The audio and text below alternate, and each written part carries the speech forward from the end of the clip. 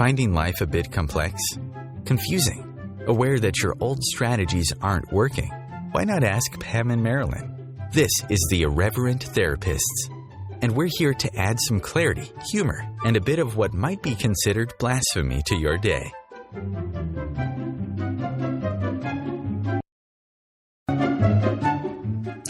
Hello, everyone.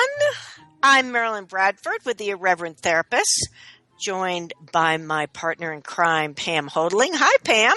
Hey, Marilyn, and hello, everybody. Yeah, welcome. So our show this week is your favorite superhero, Patheto-man? What if there's a real you hiding behind the pathetic you? Are you enjoying swimming in the misery, trauma, drama, and hopelessness of your life? What is the value of not being the brilliance you are? Are you afraid of losing friends, family, perhaps even your sanity? Guess what? You might. And what if it's more fun? You know, every time we talk, I see this thing, Patheto-man. I have the sense of this great crime scene. And then Patheto-man is on the spot and quickly deflates to nothing and kind of crawls away. And he's surrounded like this pigpen cloud of, I don't think I could do it. I'm probably not up to it. I'm not enough.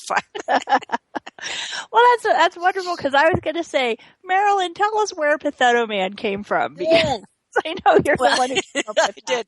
Well, I was doing what's called a 5-day in Access Consciousness, which is 5 days of classes. It's the first of the core classes. It starts with bars. That's a 1-day class.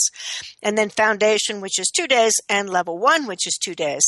And I had a client for foundation level 1. She'd already done bars many times. But anyway, we'll call her Mary. And Mary was constantly doing this. Well, I really hurts my feelings and people don't like me and I'm just afraid to get out there and being judged. And then she would say these amazing things. And finally I said, okay, there are two beings here. There's Patheto Mary and real Mary, and I just want you to know that. And so that became sort of a great joke through the rest of the class. Are you being Patheto John or real John? Are you being Patheto Alice or real Alice? Yeah. Yeah. So that's where Patheto-man came from. And I think that most of us have actually show up as Patheto at least every once in a while. I don't know many people who really show up as the brilliance that they are. Yeah, so say more. So, what to you, whether it's you or somebody else, what to you is showing up as pathetic? Pathetic is going into a lot of what Access Consciousness calls distractor implants, like doubt. Well, I don't really think I could do that. Or it's approaching everything with I can't because. Mm-hmm. It's what is being pathetic? I'm going to say it's asking for help or asking for facilitation when you actually don't want to change anything. And so whatever somebody offers to help you change it is oh, but that can't work because of this and that can't work because of that. That my problems are so terrible and nothing is ever really going to help me. I think that's extreme Patheto-man. Yes. Okay, so that's something we haven't looked at. There's degrees of Patheto-man. I was thinking more along the lines of I get my feelings hurt and I don't think I'm really up to it and I could never be what they can be. And sometimes I think it's asking for people to say, oh yeah, you could do that. And sometimes I think it's a way to hide and make sure nobody demands too much of you. Yeah. You wouldn't want to actually be unbelievably successful and then you'd have a standard to keep up or you'd have to, keep people being would unbelievable. Expect that. People would expect that. Exactly. Yeah. So as long as you're totally like the slug in the mud, nobody's ever really going to demand much of you. Well, to me, because I will admit I have had my moments of pathetic in my life. Much less, thank you very much, access tools than it ever used to be.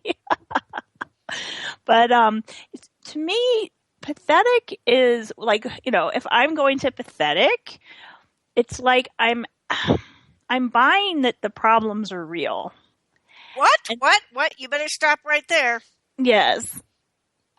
What do you mean that the problems are real? Aren't they real? No. problems aren't real. Okay, so I see I just bit off a lot more than I thought I was Bit off a lot on that one.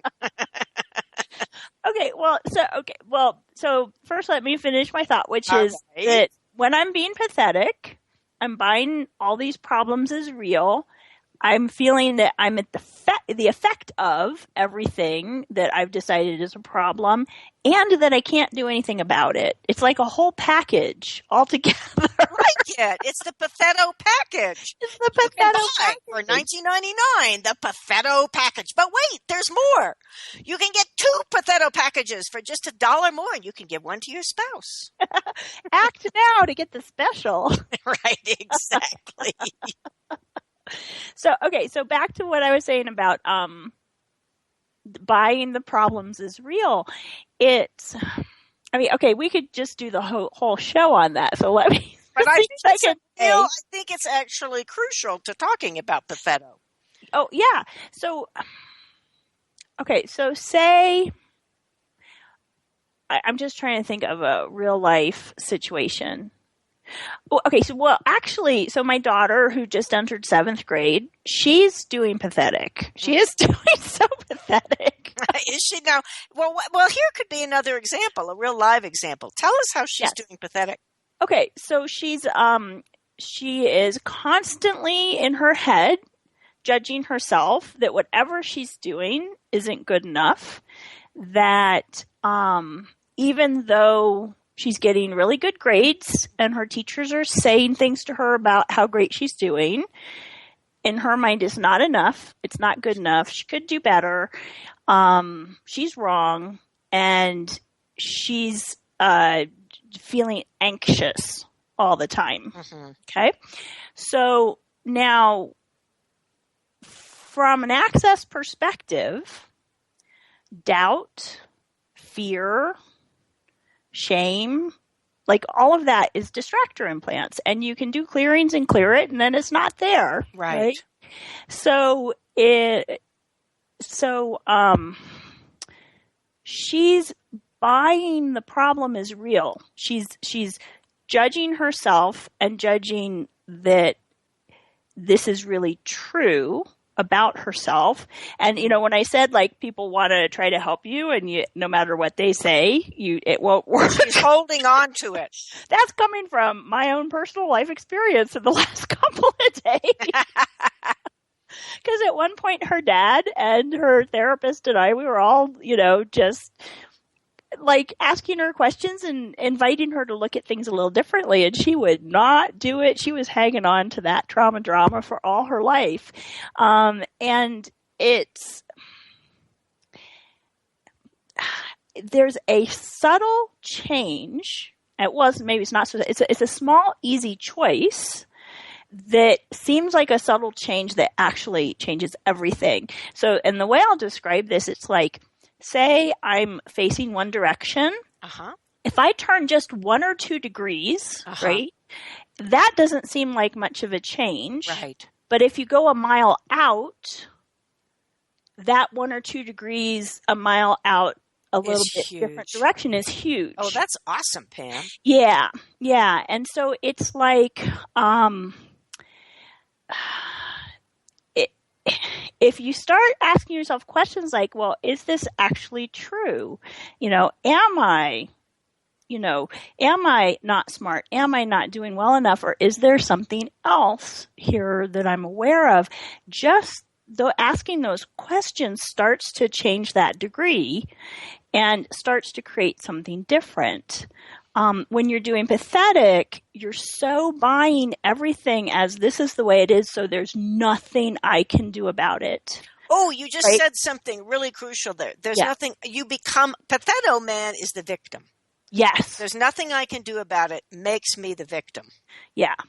And that's the position my daughter was taking. It's like, I'm not good at this. I can't do this. I can't do it well. That is the reality. That is what's true. And there's nothing that's going to change that.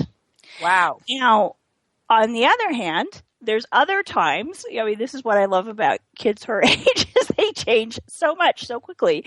There's other times where she's willing to look at all this and go like, wow, I wonder where I got that idea from. Not even mine. And she'll start asking questions and doing some clearings and get her bars run. And she's like a totally different person. Wow. But it's that point of view, because your point of view creates your reality. So that point of view of this is the way it is and nothing can change it. And I can't do anything about this. I'm a victim of whatever this point of view is. To me, that's like the extreme Patheto-man. So, since you don't mind talking about your daughter and you know her really, really well, what do you see as the value for her of what she's doing? Because there is a value that people find in being Patheto being. I'm not even sure what to say. It's kind of like Patheto-man, but. Well, I think one is it makes her just like everybody else around. Oh, yes, that's true. You know, she's surrounded by a lot of preteen and teenage angst. Angst, right. You know, and for a while she was not choosing that, and she was very different and didn't really fit in with her friends. Uh-huh. And I think it's kind of like a little rubber band thing where she went way off in a different direction and then was like, wait a second, I'm too different. And I'm too different. Yeah. No, I think that makes a lot of sense. I think that is one reason that people do pathetic is to fit in. Yeah. There seems to be this unbelievable need to fit in. That's something I was talking with a group of people about today. You know, and one of the ways to fit into this reality is to be pathetic because people are like, oh, what's wrong, honey? Can I help you? It puts them, if you're in the one down position, people love it because it puts them in the one up position and it makes them feel better about themselves. Yeah. I'm so cool. Oh, and on that note, I'm so cool. We're going to break. We'll be back with more about Patheto-man.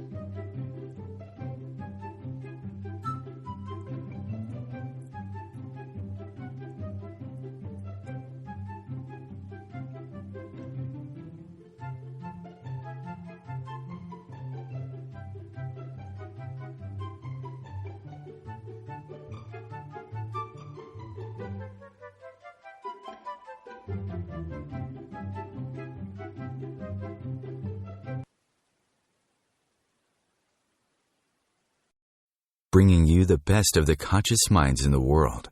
OMTimes Radio, your conscious lifestyle on steroids. Do you want to be a better communicator? Do you want to better connect with the important people in your life?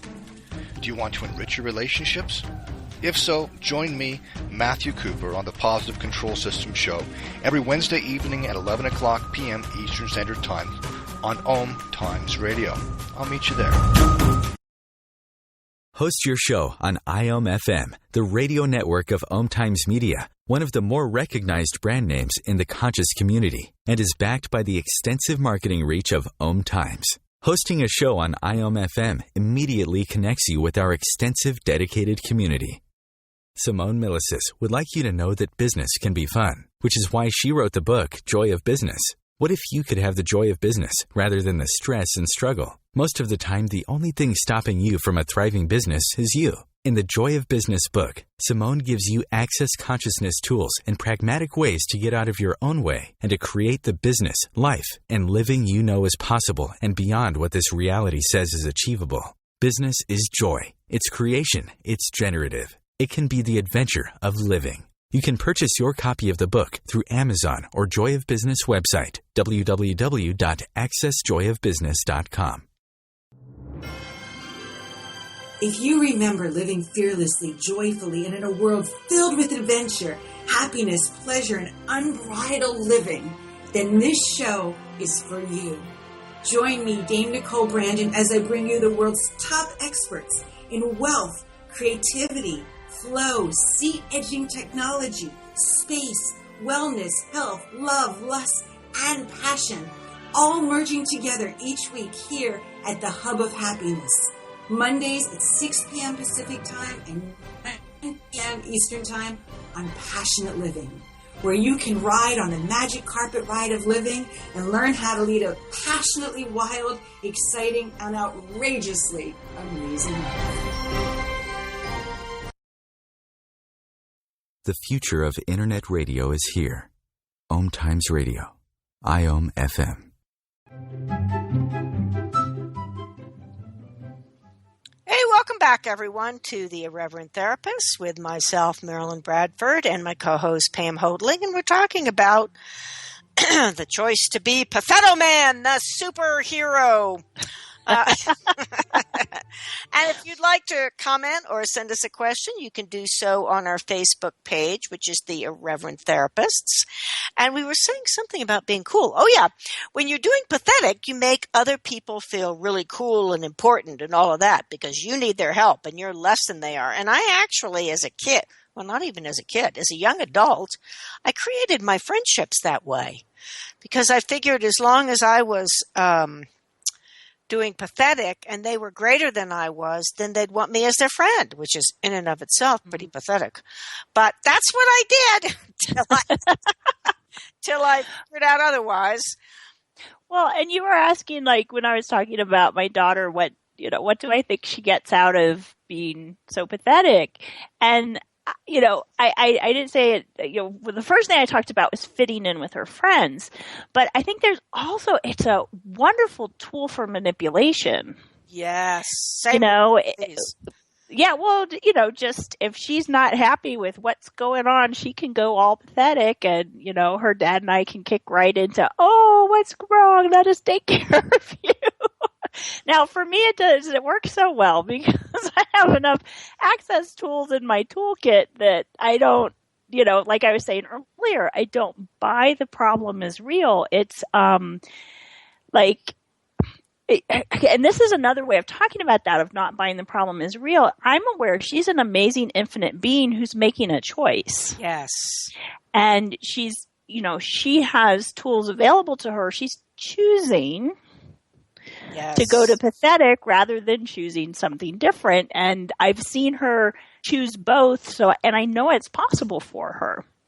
And so, I'm not looking at her as, oh my gosh, this poor little thing. What can I do for her? It's like, wow, this is a really interesting choice she's making. And what works I bet for me. That ticks her off. Yes. Yeah. So, but when you're willing to come out of,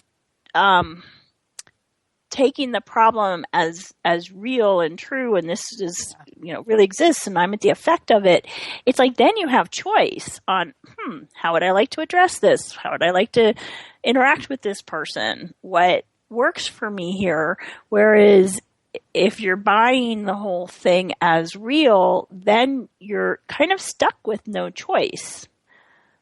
Can you say a little bit more about problems not being real? Because I think that's a real, I don't even know what to say, showstopper for a lot of people. Well, it's irreverent. It is. What? Who am I if I don't have my problems? Right. Well, no, actually, to tell you the truth, my relationship with her dad, that was based on both of us being together for each other through our problems. Whoa, what do you mean? Yeah.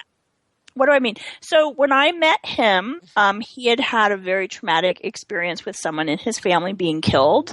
I was in the midst of massive post-traumatic stress from my own trauma thing I'd been through.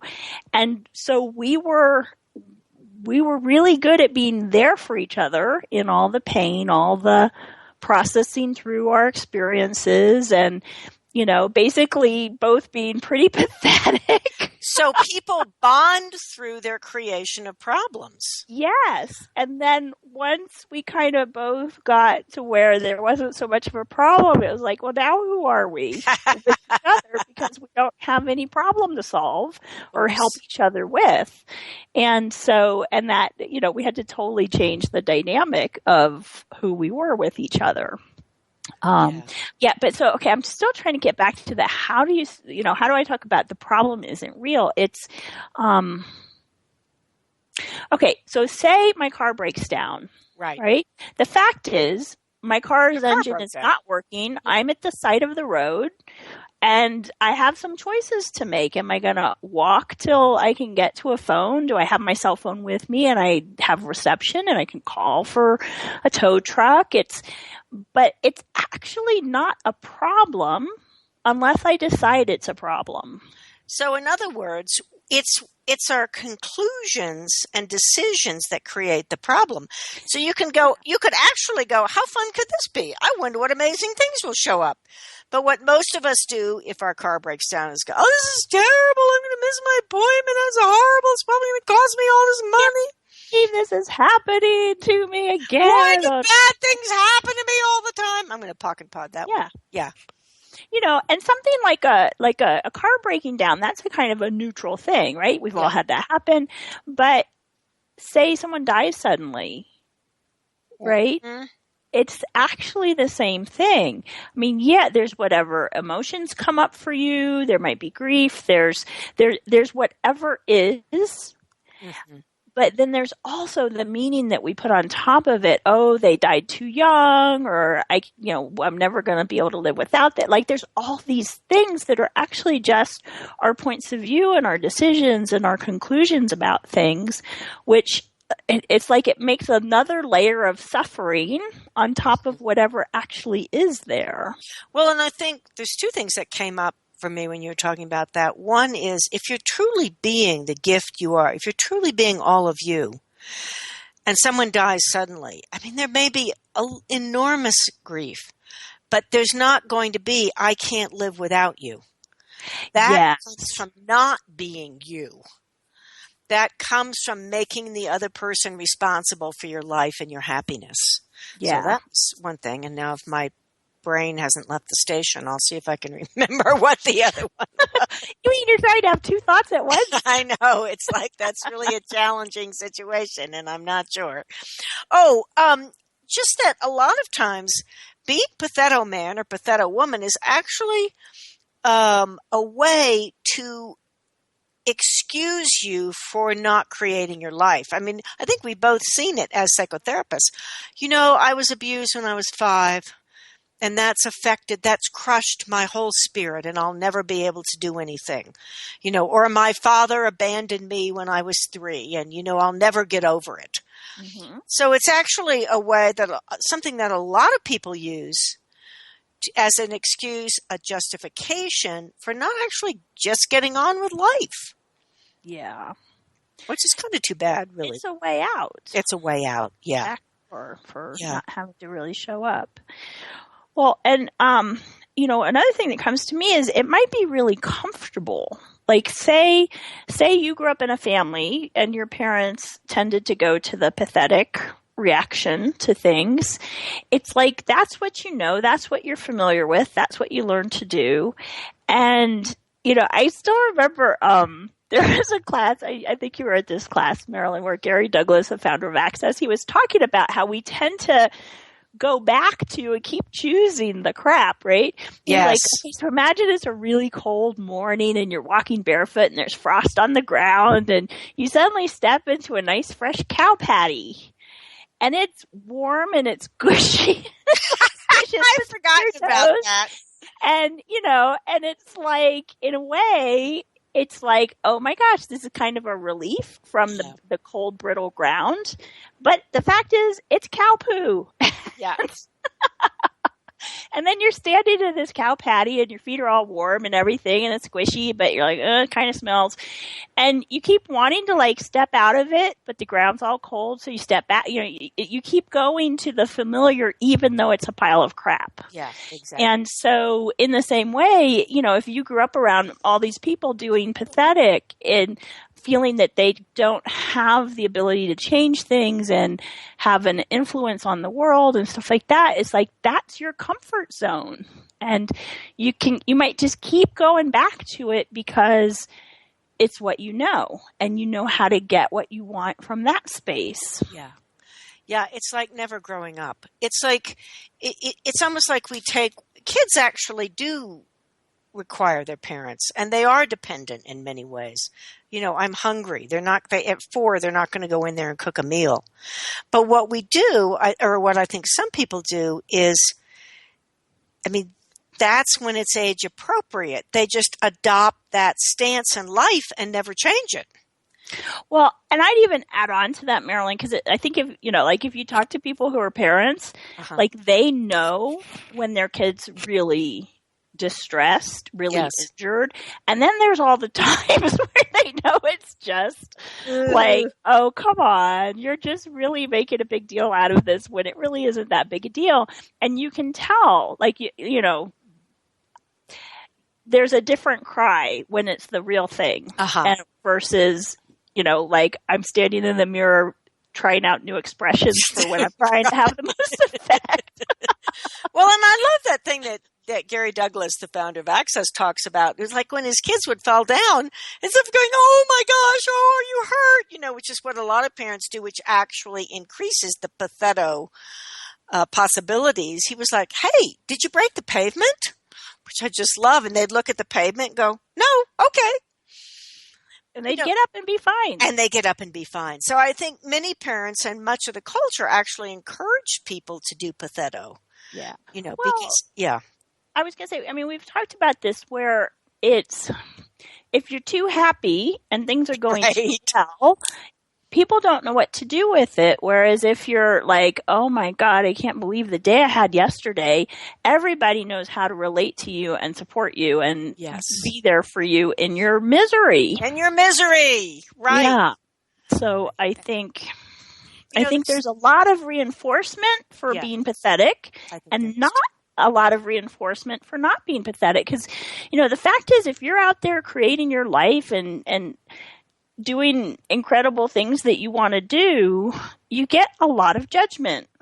Well, because it, quote, reflects badly on other people who are not creating their life. It's almost like you're shining this laser light on the fact that they've been doing the same thing for 30 years and acting pathetic and nothing can change and they're being major victims, you know. And the other thing is, and we're about to go to break, family often wants people to stay in that position. And on that note, we're going to break.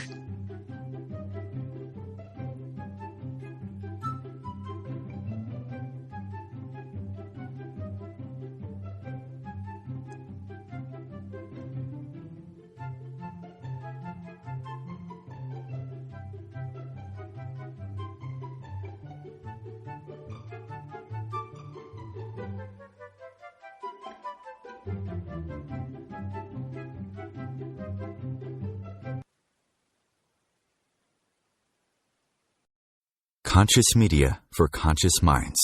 OMTimes. What if living didn't have to be so serious? What if you could move beyond your problems with greater confidence and ease than you've ever imagined? Throw your labels out the window and join the Irreverent Therapists for practical tips and a very different way of approaching the changes you would like to create. Marilyn Bradford and Pam Hodling have empowered hundreds of people to come out of self-judgment, quit looking to experts, and begin to create the lives they desire. Join us Wednesdays at 7 p.m. Eastern on the Irreverent Therapist Show.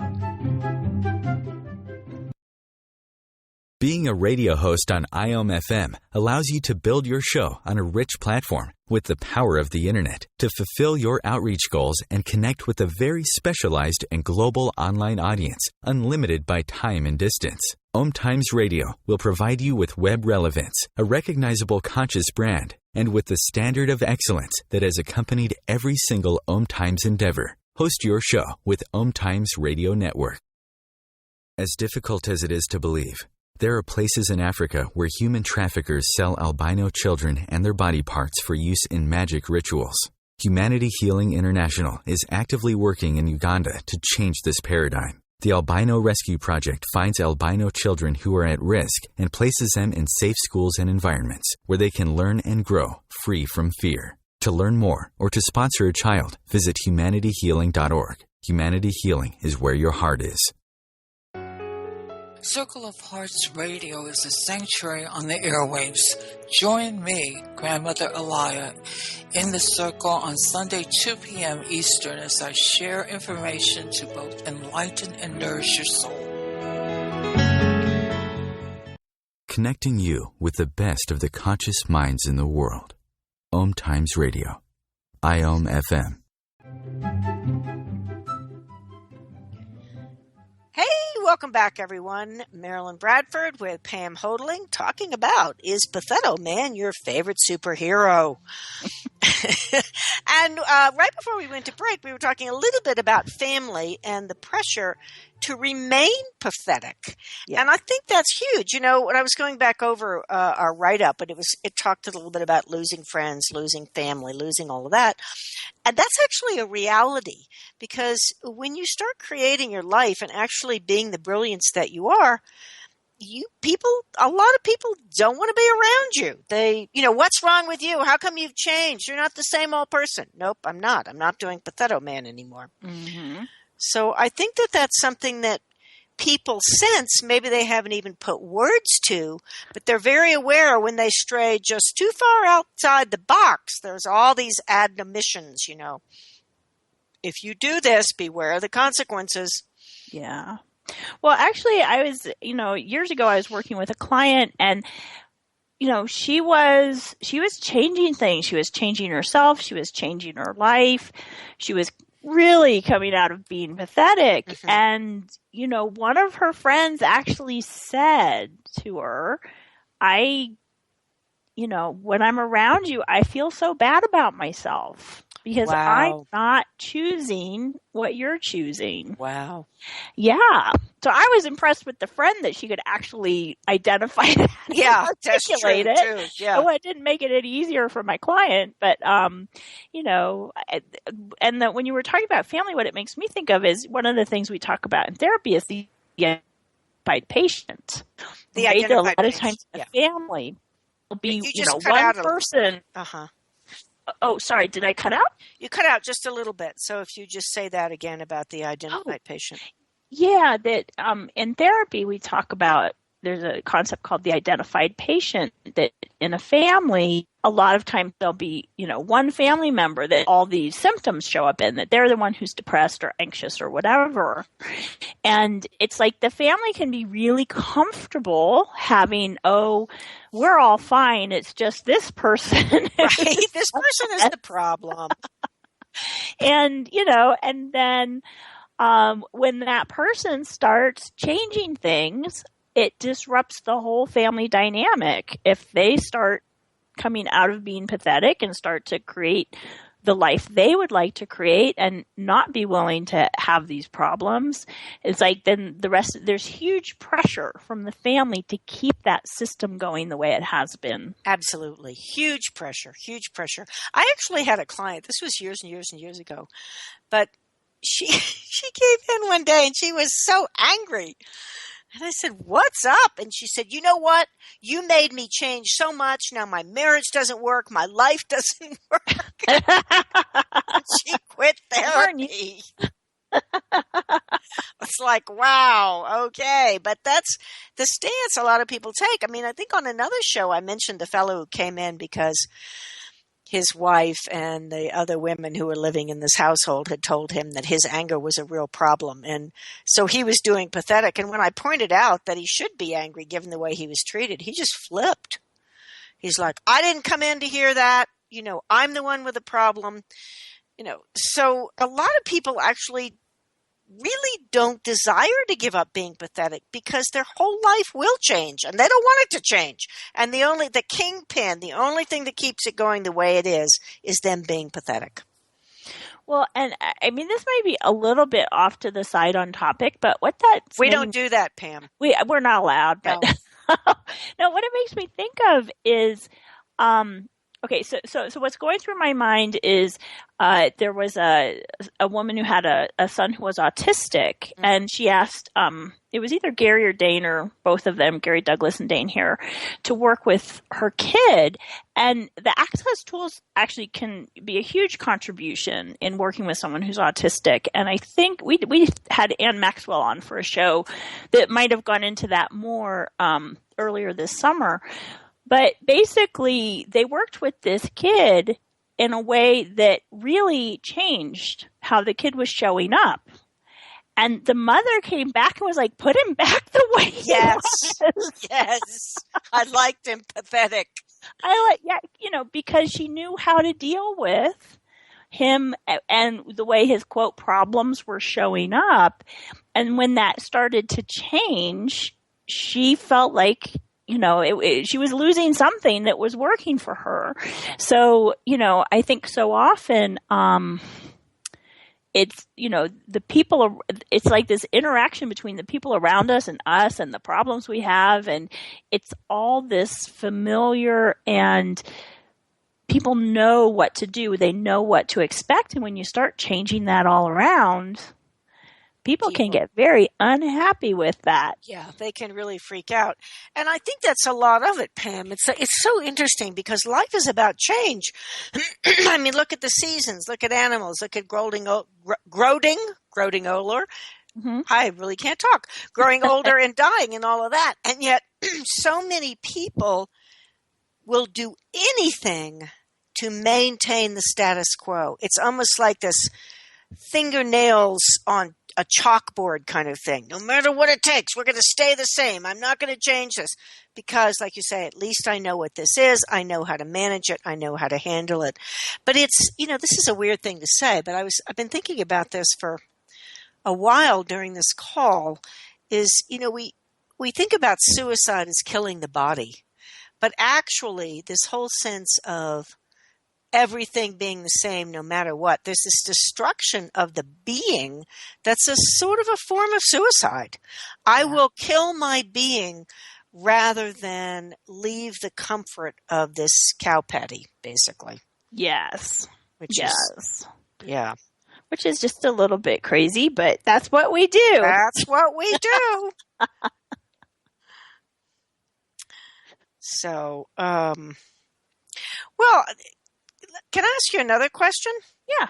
Because you have another child who at times has done pathetic, but then made a choice to just come out and be totally awesome. I wonder if you could talk about that a little bit and the changes and what you saw. And because my son, he was doing pathetic, 2 years ago, and for a good solid year, he was doing pathetic, and then frankly, it's almost like he got bored with it. I like it. This is just really, because he's a really bright guy. I mean, he's a very brilliant, creative guy. Yeah. Well, and I'm going to just sidetrack a minute and say, that's where the beauty of not making the problem significant or real, because if I was making his problems real, I would be like, okay, he's got this, and he's anxious, and he's depressed, and he's suicidal, and blah, blah, and this is who he is, and we're going to spend our whole life, it's like you lock it in as the reality. Wow. And you're willing to be like, wow, this is how he's showing up in this moment, and this is what he's choosing in this moment, and what else is possible, and what contribution can I be to creating something different here?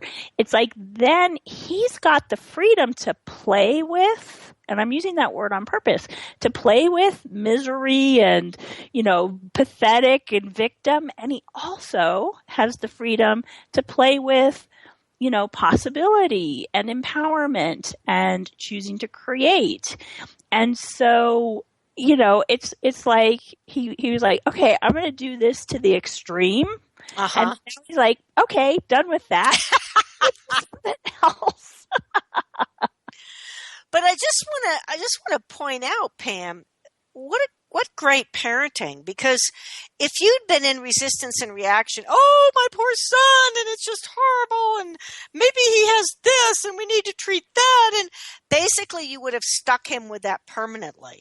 Yeah. But your willingness to go, okay, that's interesting. I remember when you told me you were leaving for a trip, and I'm like, how are things? And you said, well, my son's throwing a tantrum, but, he'll be all right. And I think it was one of those things we were talking about earlier where you knew it wasn't that it was actually something significant going on. Yeah. It was that he was doing it to get your attention. And you were like, that's okay. It's a choice, and I'm going. Bye. Yeah. And to see, I mean, I didn't really have much interaction with him before, but to see him now, it's just awesome. And I think it is like, that's really boring. That's not a lot of fun. There's not a lot of creative options in being pathetic. Right. Well, and it's, and just to kind of clarify for people, it's like, so I advocate for him, like within the school system, within, like, I'm aware of what he's choosing in the moment, and that given what he's choosing, then we require to take some action and to do things. So it's not that I'm off over here going, I'm pretending he doesn't have anything going on. Not at all. It's a willingness to totally acknowledge what he's choosing and what he's creating, but not stick him with that is so real that it's unchangeable. Yes, I think beautifully said, and I'm glad you added that, because there's nothing about you that's not aware and concerned, but you just are willing to look at what is and what would take to change it, rather than buying into the whole, no, it's just so terrible. Well, and recognizing that, it's his choice, or it's my daughter's choice, that there's, I can contribute, I can offer possibilities, but unless they're choosing it, then things aren't going to change. Right. So it's that willingness to say, hey, everyone is choosing and creating what they're choosing and creating, and having the allowance for that. Well, and that's so crucial to this whole conversation, which is that people do have choice. It's not that life happens to them. We create the lives. We choose our lives, and choice creates. Whatever we choose in 10 seconds is going to create something. And I think that that's really crucial to this whole thing, because basically the Patheto-man is based on being a victim and life happening to you, rather than you actually creating what's going on. So we are about to go to break, and when we come back, we'll do a little bit more on choosing as your favorite superhero to be Patheto-woman or Patheto-man.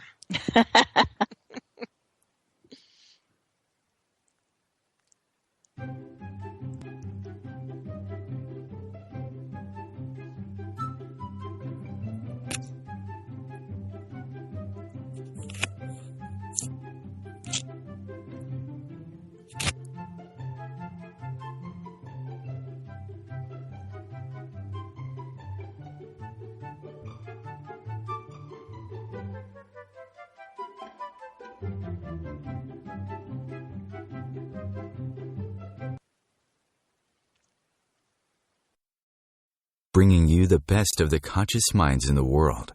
OMTimes Radio, your conscious lifestyle on steroids. Matt Connerton here. Join Jen Coffey and I twice a week for Matt Connerton Unleashed, a political talk show that's a little different than what you're used to. No liberal or conservative agenda here, just an honest dialogue about truth and how things really work in the world of politics. Matt Connerton Unleashed, every Tuesday and Thursday night at 11 p.m. Eastern on OMTimes Radio. Host your show on IOM-FM, the radio network of OMTimes Media, one of the more recognized brand names in the conscious community, and is backed by the extensive marketing reach of OMTimes. Hosting a show on IOM-FM immediately connects you with our extensive dedicated community. OMTimes Magazine is one of the leading online content providers of positivity, wellness, and personal empowerment, a philanthropic organization. Their net proceeds are funneled to support worldwide charity initiatives via Humanity Healing International. Through their commitment to creating community and providing conscious content, they aspire to uplift humanity on a global scale. OMTimes, co-creating a more conscious lifestyle. Do you have time to read that inspiring book or that blog post you've been meaning to get to? In your busy world, how do you improve yourself and keep your life going? I'm Lisa Kay, and my Between Heaven and Earth radio show can transform your life just by listening. Be uplifted with inspiring topics, positive stories, and ideas that really work.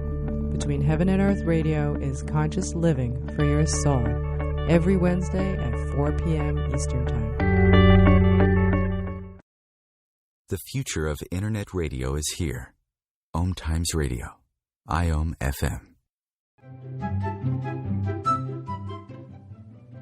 Hey, welcome back, everyone. I'm Marilyn Bradford with Pam Hodling, and we are looking at who's choosing to do Patheto-being. And one of the things I thought, Pam, we only have about 10 minutes left, is to look at both what do you do if you have someone who's doing pathetic in your life, and what if you recognize that you've been doing pathetic and you'd like to change it, because, if you're taught to do that, it can be pretty difficult to know that there are other options. Yeah. What can people do? Well, so actually, let's first talk about if someone else is doing pathetic and you're not. So, and to me, the real key is allowance. And allowance isn't just acceptance. It's not like, oh, this is the way it is, because that's actually, in a way, another form of pathetic. It's just the way it is. Yeah. Allowance is just recognizing, okay, this person is choosing what they're choosing. It's just a point of view. It's just a choice. It's an interesting point of view. It's an interesting choice. And that it doesn't have to affect you when you're willing to just see it as an interesting choice they're making. Because I know, at times for me, because here we're talking about me and parenting and stuff. I have my moments where it's like, really? Is this really what you're choosing? I'm not quite in so much allowance. Yeah. But then I have the tools to get out of that. But it's when from that space of allowance, you're just willing to see and be, see what is, be with what is, and then you always have choice. And to me, choice is what takes you out of pathetic. So whether it's someone else doing pathetic, it's your choice to be an allowance, to ask questions, to look at how you can be a contribution to something different without trying to rescue them. All of that, to me, helps me be the space of me, even when someone around me is doing pathetic. Yeah, because most times when somebody's doing pathetic, they're looking for a response. Yeah. And if you don't give them a response, they're like, wait a minute, this isn't working the way I thought it would work. Well, and this isn't quite about pathetic, although in a way it is. But I still remember, I think my son was like 6 or 7 when I first started going to access classes. Maybe he was younger. He was young enough that he was having a temper tantrum. Mm-hmm. And I can remember, because I was not getting caught up in it. I was just like, wow, that's really interesting what he's choosing here. And he actually stopped in the middle and he looked at me and he's like, you usually give in by now. I was like, yeah, not going to happen, because I wasn't buying whatever it was as real and important and a big problem and I have to do something about it. I was just like, wow, it's really interesting what he's choosing right now. That's funny. Yeah. Well, and that gives, once again, we've said this before, but that gives people the space to change. And the other thing is, like, if you have someone who clearly doesn't want to change being pathetic, and that may be a family member or something, you can kind of go into the cholo, or I love what Gary says, wow, if I had problems that severe, I'd probably just put a gun in my head and kill myself. It's just, we're not advocating that, people. But it is a way to get people, or can be a way to get people to look at what's going on. It's just like, if you don't respond in the way that people expect you to respond, you actually give them the space to change, because you break this cycle. Yeah, and you throw them into question. Yeah. Yeah. So in terms of the, what to do yourself if you're feeling you're in that pathetic space. So to me, choice is a biggie. One, recognizing that you have choice, and it might be you just do little choices. Okay. So right now I feel like I'm a total mess and can't do anything. So, okay, I have 10 seconds. What do I choose? I'm going to actually get up and walk across the room. Okay, cool. 10 more seconds. Now what do I choose? Yeah. It's an exercise in recognizing you can choose. Yeah. And choice is often something that we don't believe that we have. Yeah. Yeah. And, if you listen to our shows, we go over all kinds of access tools all the time, asking questions, using the clearing statement, interesting point of view, who's this belong to, all these different tools we talk about. So for me, if I'm doing pathetic, I stop and I basically ask myself, what is this? What can I do with it? Can it change? If so, How do I change it? That moment is me choosing to go, okay, I can go down this pathetic route, or I can stop and choose something different. Yeah. And another thing about that I was thinking about today, because for the past couple of days, I've had a lot of what I guess is allergies. I'm not even sure. But let's just say that my body has not been in peak performance, and I'm asking questions as I do. So I had some things I had to do this morning. I could have gone to pathetic. Oh, I have a little fever and I don't feel well and I really should be working. But instead I went, okay, so what's actually going to create more today? And what I got was to do the things I needed to do, take a break. Actually, I sat on my couch and I read my latest mystery novel, and I made a few notes for for this call. But I did it all without going to pathetic, but staying with, okay, where am I? What's going on? And what's going to create right now? And sometimes what's going to create does not mean that you get on your computer and work on your novel or answer emails. It may be just sitting on the couch reading a book. Yeah. Or maybe take a nap or take whatever. A nap. Yeah. Yeah. So another tool for me when you're feeling more pathetic is interesting point of view. I have this point of view. So say in your head, you're going, oh, I'm no good. I never get enough done. I'm not going to do this well. All of that is just an interesting point of view. It's a point of view you have for the moment. You mean it's not a truth? It's not a truth. That's back to don't make your problems real. It's like, you can buy it. I talked about my daughter currently is totally buying the point of view that she can't do anything as real, and that she can't do anything about it and she can't change it. If instead it's like, wow, interesting point of view. I have that point of view that I'm not going to do this well. It takes it out of that real solid feeling and into like, oh, well, if it's just a point of view, what tools do I know that can help me change my point of view? Because this one is not working for me. Or maybe I'm getting bored with it. Yeah, because if it's just a point of view, you realize it's not a truth. And that's huge, I think, for some people. It's just this realization that it's not a truth. And a couple of other things are coming up. One is being disloyal to your family. If your whole family's doing or has done trauma drama, pathetic, and you suddenly realize, they really don't have to choose that, and I really don't have to buy it, it can create a great deal of anxiety or upset for a person because they almost feel like they're being disloyal. Well, if I don't buy that my mother's this pathetic being that life, all these terrible things happen to, then am I being disloyal to her?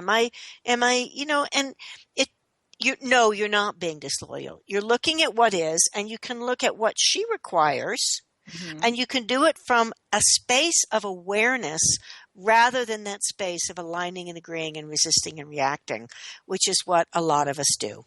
Yeah. So that's just one more thing. So anything else on, like if people, well, you have mentioned a couple of great tools. Come out of judgment of you. Yeah, come out of judgment of you. I think that's awesome. Yeah. Yeah, and come out of doubt and shame and guilt and all of those kinds of things. Oh, well, that's funny because we've mentioned that those are distractor implants, but we didn't say, what that means is those points of view, the doubt, the fear, the shame, the blame, that's all there to distract you from what is true for you. And who you are. And who you are. Yeah. And if you acknowledge it as like, oh, this is just a distractor, it totally loses its oomph. Well, and another thing is just realize if you've ever been around an infant, they don't have any of that. They don't have any doubt. Like, am I actually hungry? I don't know. What if I cry and I'm wrong? I'm wrong and it's not. They come running and I didn't really need anything. Exactly. So these are actually things that are put into you by the society. I mean, sounds like, I don't mean this is just, well, it's true. They're put into you in order to control you. Now, people may believe that controlling you is what they need to do. It's in your best interest. I'm not doing any kind of conspiracy theory thing, but if you really look at it, it is there to control you and to make sure that you behave in a way that will fit in with a family, with a culture, with a society, with a religion, with a structure, with a military, with a school, whatever it is, because that's what, in general, people are trying to perpetuate, is what is the current social value. Right. Because, for the most part, a system, a social structure, whatever, thinks they've got it right. Yes. This is what we should perpetuate. This is what we should perpetuate. Why each little child of the Smiths should become a little Smith who votes Republican or Democrat, who goes to this school, who believes in that, who plays football or the violin or whatever it is. Values what we value. That is what we value.